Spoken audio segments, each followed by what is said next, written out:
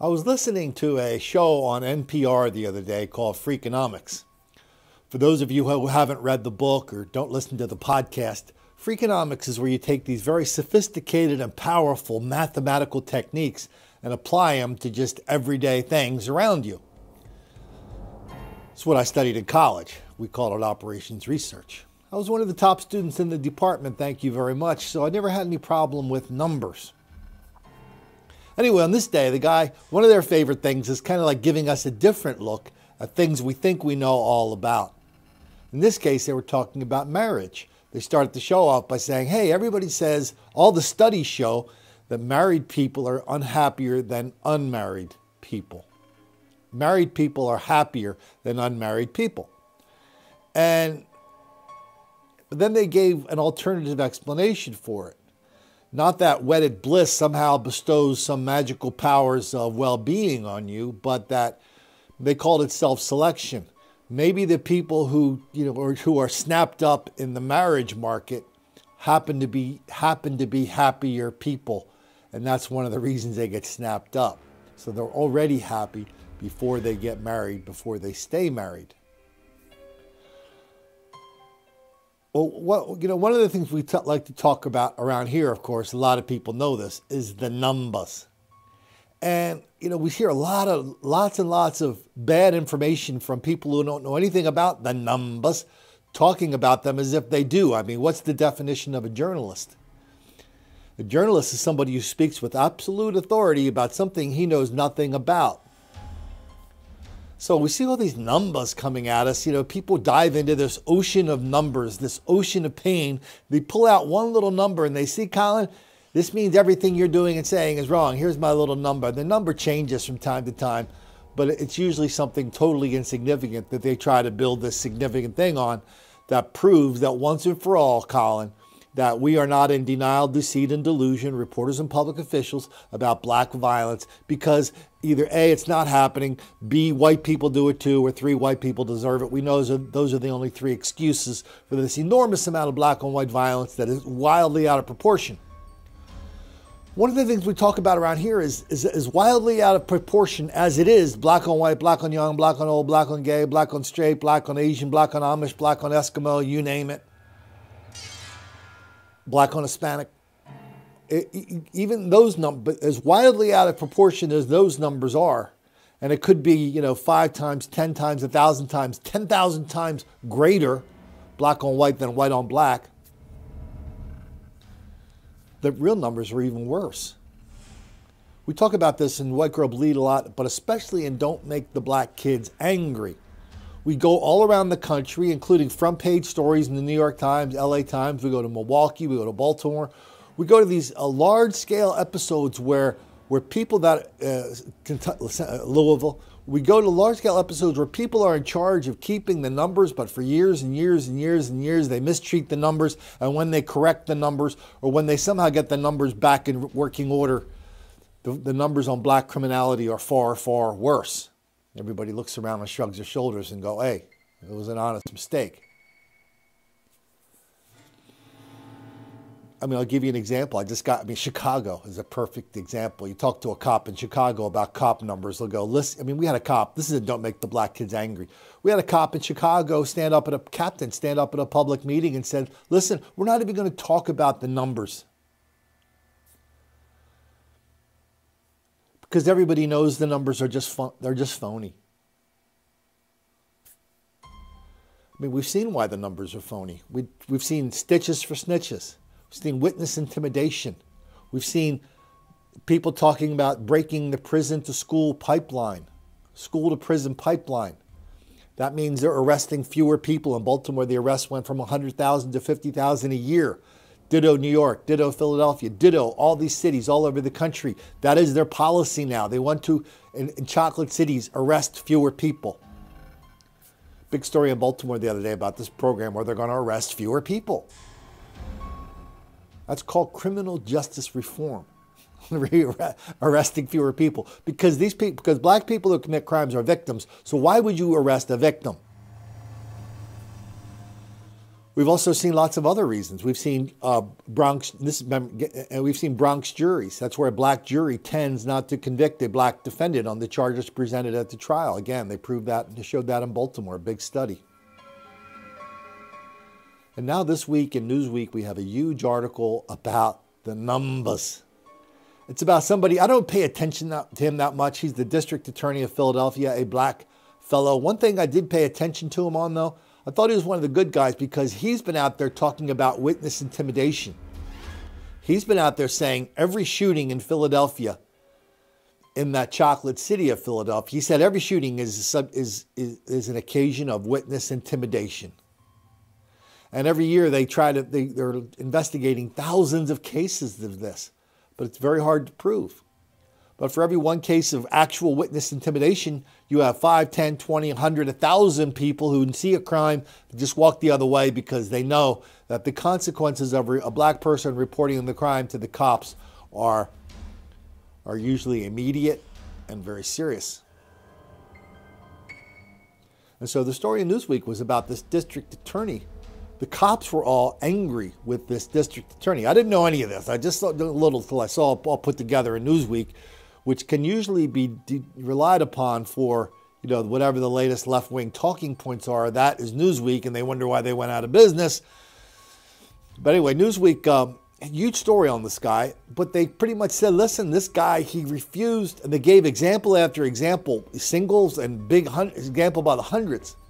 This district attorney was refusing to prosecute criminals because he wanted to drive the numbers down. I think there was one case where a bank robber gets shot at a bank, and he's in the hospital, bullet wounds. He wasn't in any condition to talk to the investigators, so the DA refused to press charges. Stated reason: the witness was uncooperative. Well, he was in hospital, had a mask on his face. He would have talked, but anyway. So he just basically said he's not going to run again, and he was basically going to get run out of town, all because he was driving down the numbers. But yet, no matter what kind of little fairy tales they tell us about numbers, we know the people who are trying to pretend, the numbers show that there's, all the stuff we're talking about here is just confirmation bias. It's cherry picking. It's just us imagining it out of fear. I mean, we know those people, they don't live in black neighborhoods. I mean, the central organizing feature of their life is keeping themselves and their families safe by not living in a black neighborhood, by not sending their children to school with black children. I mean, these liberals are, of course, this is a cliche, but there's an enormous amount of truth in that cliche.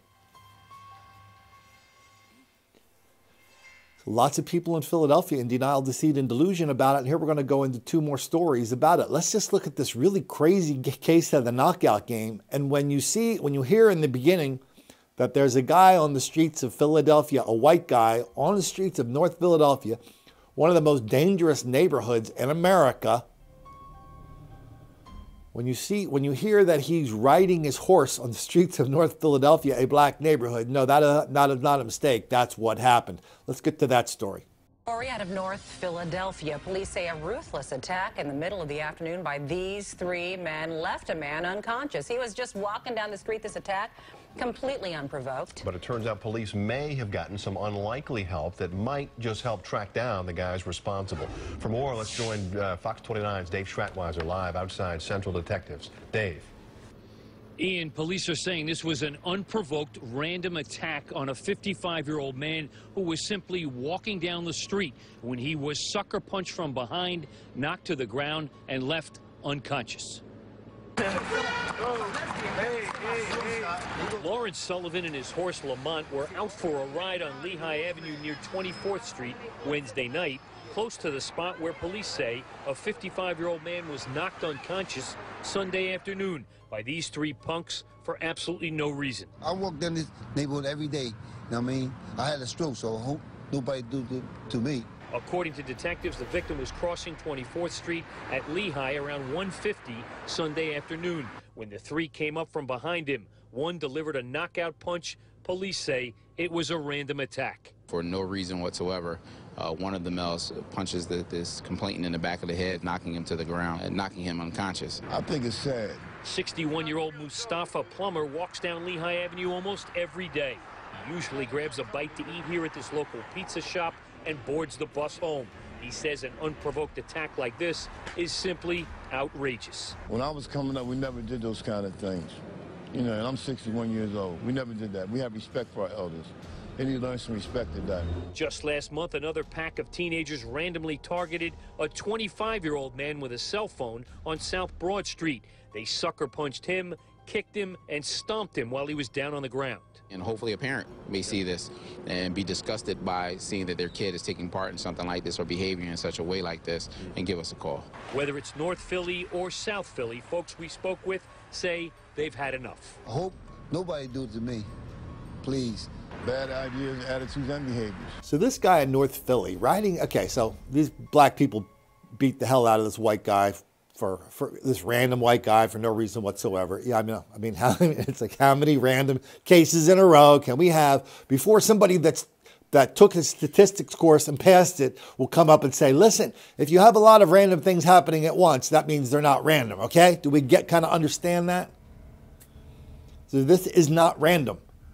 If you took a, you know, if you put a white guy in a black neighborhood, that's not random that he's going to be attacked by a bunch of black people. That's called routine activity theory. We talked about it last week. Again, a white person in a black neighborhood can routinely expect to be the victim of violence. That's what that is. But it's weird how this guy could just think he could just, I don't know, it seemed like he was kind of eccentric. Do you think do eccentric people somehow believe they're exempt from this black hostility that targets white people for violence, numbers wildly out of proportion? Maybe just because he was down with the cause. I don't know if he was or not. You know who's down with the cause, though? Gay people in Philadelphia are down with the cause. Because everybody knows that, you know what? As a gay person, we know that our rights are taken from us in the same way black people lost their rights. So we're all brothers and sisters. Come by, my Lord. You know the drill. That's the bubble that they think. That's how they think inside this little bubble. Outside the bubble, the reality is gay people are enormous victims of black violence wildly out of proportion. That is a fact. Good Lord, if you're a gay black person, those numbers are like off the charts. I mean, basically every gay and transgender black person has been the victim of violent assault. Don Lemon on CNN, the famous gay black anchor, says to be gay is the worst thing you can be if you're a black person and living among black people. It's the worst thing. But in Philadelphia, they managed to reverse that somehow. That's how deep that's how deep the roots of this chocolate city run in Philadelphia. They managed to reverse it. They managed to convince us that black people are the victims of gay racial hostility instead of the other way around. Let's watch this news clip.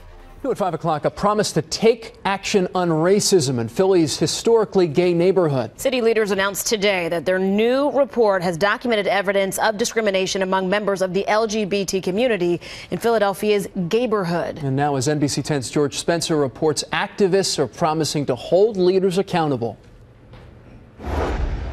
The epicenter of a lot of the problem is only a block away. Right, absolutely. For community organizer Shani Akila, City Hall is but a stone's throw from the heart of racism concerns in the LGBT community. Allegations of discrimination against people of color here in the gayborhood, whether they're profiled at the door or receive uneven service at the bar. We were hearing a number of things, but all of them fell into the category of discrimination along the lines of race. Then in the fall, this video surfaced, allegedly showing the owner of one gayborhood bar using a racial epithet to describe black customers. In a city report released today, leaders substantiated many of the concerns about discrimination, even in this traditionally accepting neighborhood. Racism in the LGBT community is a real issue. It's a real issue in our entire society. Moving forward, the city says it will turn this report into action, and part of that is testing the bars in this neighborhood to see if people of color are treated differently. Leaders also said they'll consider yanking funding from any agency that doesn't follow the city's Fair Practices Ordinance. So to everyone who participated in this progress, we want you to know we heard you. Thank you. The time for change is now. To make that change, the city says it needs continued assistance from the community. We need people to inform us as to what's going on. We need people to report so that we can take direct action. The community says it will be watching. We don't hold our breath, but we'll be present to make sure it happens. And if it doesn't, we will shut it down. Reporting in Center City, George Spencer, NBC 10 News. We've done a ton of stories on black on gay violence. I mean, probably we've done more in a Chicago neighborhood called Boys Town. Yes, that is the gay neighborhood in Chicago called Boys Town. Same thing goes on there. Enormous amount of black on gay hostility, black people roaming up and down the streets in Boys Town on the side streets. So if you go to Boys Town, you park your car a block or two off the main drag, whatever that district is. You're taking your life in your hands. Enormous amount of black on gay hostility and violence. Yet the people in Philadelphia come up and go, oh yeah, black people can't get served quickly enough. Black people do not get served quickly enough up to their standards in gay bars, and thus we need some kind of gay. We need like a big hearing on it. We need a big report on it. We need to They fired the lady who was in charge of that. I don't know. It's weird, isn't it, that the city has like a gay and lesbian coordinator or whatever. They fired her because she wasn't really down with the fact that gay people are discriminating against black people. That's how they roll up there in Philadelphia. The gay people decided they were not going to be they were not going to be welcoming to the black people who came into their neighborhood to victimize them. They were not going to welcome the predators with open arms. The price they paid for that is the price other white people in Philadelphia pay for doing the same thing. They made the black kids angry.